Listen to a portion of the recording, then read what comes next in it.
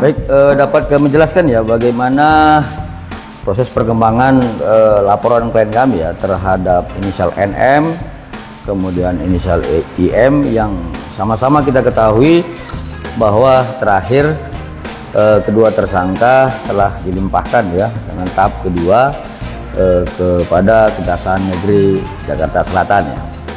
Jadi begini, hal ini menurut kami telah membantahkan banyak pendapat ya, dan rekan-rekan sejawat kami, para praktisi hukum yang sepertinya menguasai peristiwa hukumnya, sepertinya menguasai unsurnya dan sebagainya, yang katanya dulu tidak akan jadi tersangka, kemudian tidak akan dilakukan penahanan, tidak mungkin akan P21.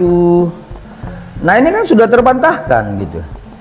Jadi sehingga saya pikir begini, bahwa sebenarnya ini yang membuat kasusnya semakin membingungkan masyarakat, karena banyak rekan-rekan sejawat saya berpendapat dengan konsep tidak memahami peristiwa, tidak mengetahui barang bukti dan alat bukti yang kami sajikan, dan kemudian mungkin hanya sebatas ya hanya agar dapat masuk dalam panggung peristiwa hukum ini aja, seperti itu.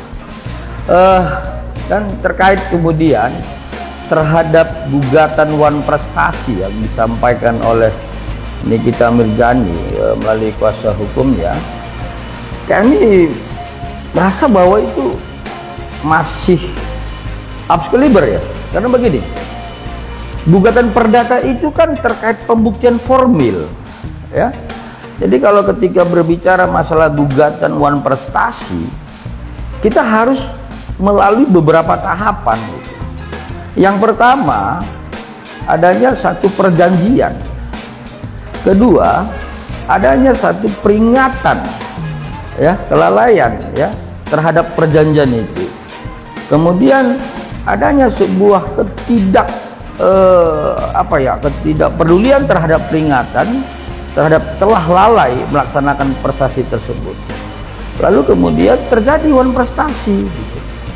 Tetapi terhadap ini klien kami kan tidak. Yang pertama kami perlu sampaikan, klien kami tidak pernah melakukan perjanjian apapun ya terhadap saudari NM ya. Yang ada adalah klien kami itu masuk dalam persoalan dugaan tindak pidana pemerasan, seperti itu. Jadi kalau kemudian dipertanyakan tentang gugatan Wan Prestasi dan kaitannya dengan 100 miliar, kami anggap ini sebuah gugatan yang sifatnya abskeliber, seperti itu.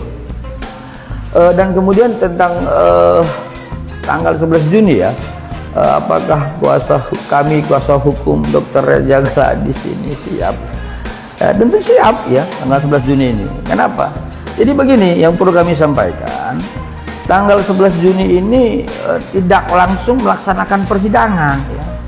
Nah, jadi tanggal 28 Juni kemarin telah dilaksanakan persidangan. Kami para pihak ya, baik para penggugat, baik tergugat, kemudian turut tergugat 1, turut tergugat 2, turut tergugat 3, itu diteliti oleh majelis hakim apakah hadir atau tidak.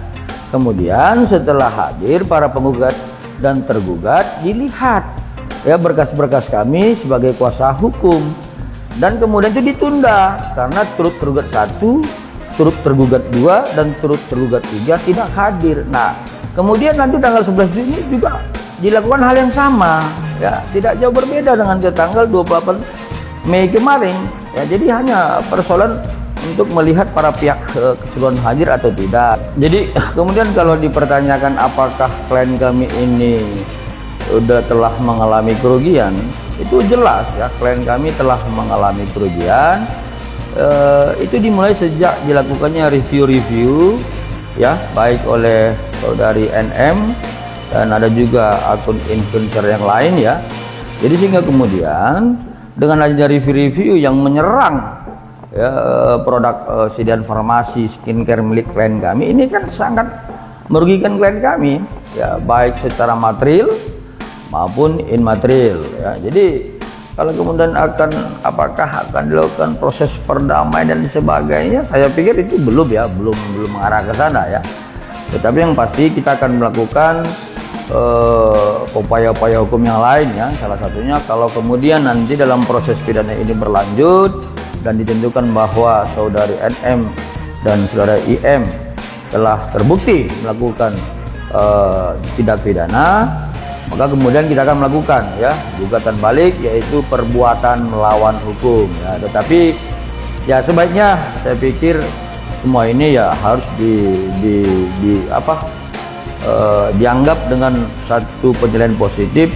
Dengan proses hukum kita percayakanlah kepada penegak hukum ya, karena saya yakin dan percaya bahwa klien kami ini adalah orang yang dirugikan, dan dalam proses persidangan nanti kami akan berupaya untuk melakukan pembuktian ya terhadap apa yang menjadi laporan klien kami selama ini. Dan kemudian apakah nanti tanggal 11 Juni klien kami akan hadir, saya pikir itu belum bisa kami pastikan ya.